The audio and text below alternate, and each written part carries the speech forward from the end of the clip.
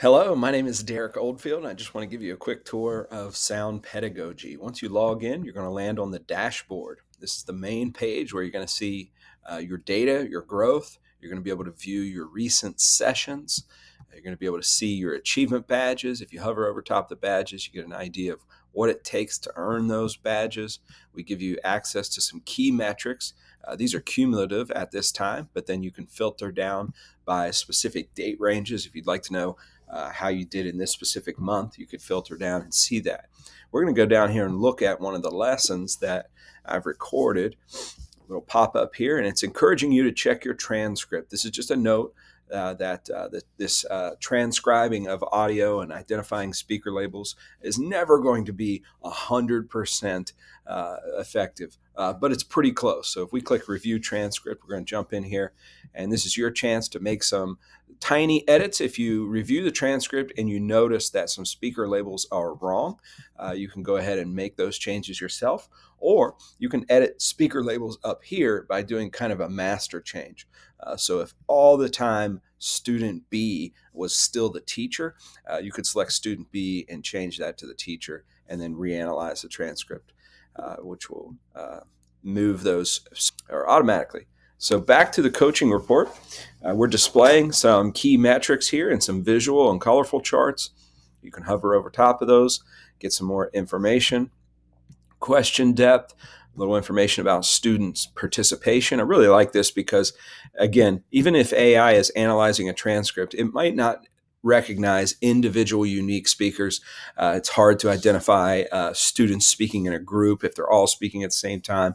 Sometimes voices sound very similar to the other, but it's going to also tell you an estimated actual speakers, and that's really through a deeper analysis of the transcript. Probably identified the teacher used certain names in the transcript, and then it's going to give you a better estimate of how many actual speakers. I really pay attention to IRE pattern. If you don't know anything about IRE, this is powerful. It's common classroom discourse pattern where teachers initiate a question, students respond, and then sometimes teachers immediately evaluate that response, which can often truncate the thinking. What we want to do in discourse is actually further elevate the thinking in the classroom, not truncate it or kind of stop it with an evaluative response. But that's common. We'd see that all the time in classrooms. You see a word cloud here. And then we get into this detailed narrative. We really get into a cross-lesson progress here of what I've done previously and what I've done up to now. What's working well. We see some growth targets, and the report really aligns those growth targets to areas of high impact, medium impact, and low impact. And then we see another by the numbers, and this is sort of a regurgitation of the charts up top. The reason we're displaying it again here is sometimes users want to export their report, and when you export that report, you get those charts with it. We are not exporting the visual charts at this time. And then last but not least, you can go and chat with your lesson. You can access an AI generated chat, and these are generated questions or suggested questions based on your lesson. So if you come to the chat and you don't know what to ask, you can choose one of these. It'll input for you.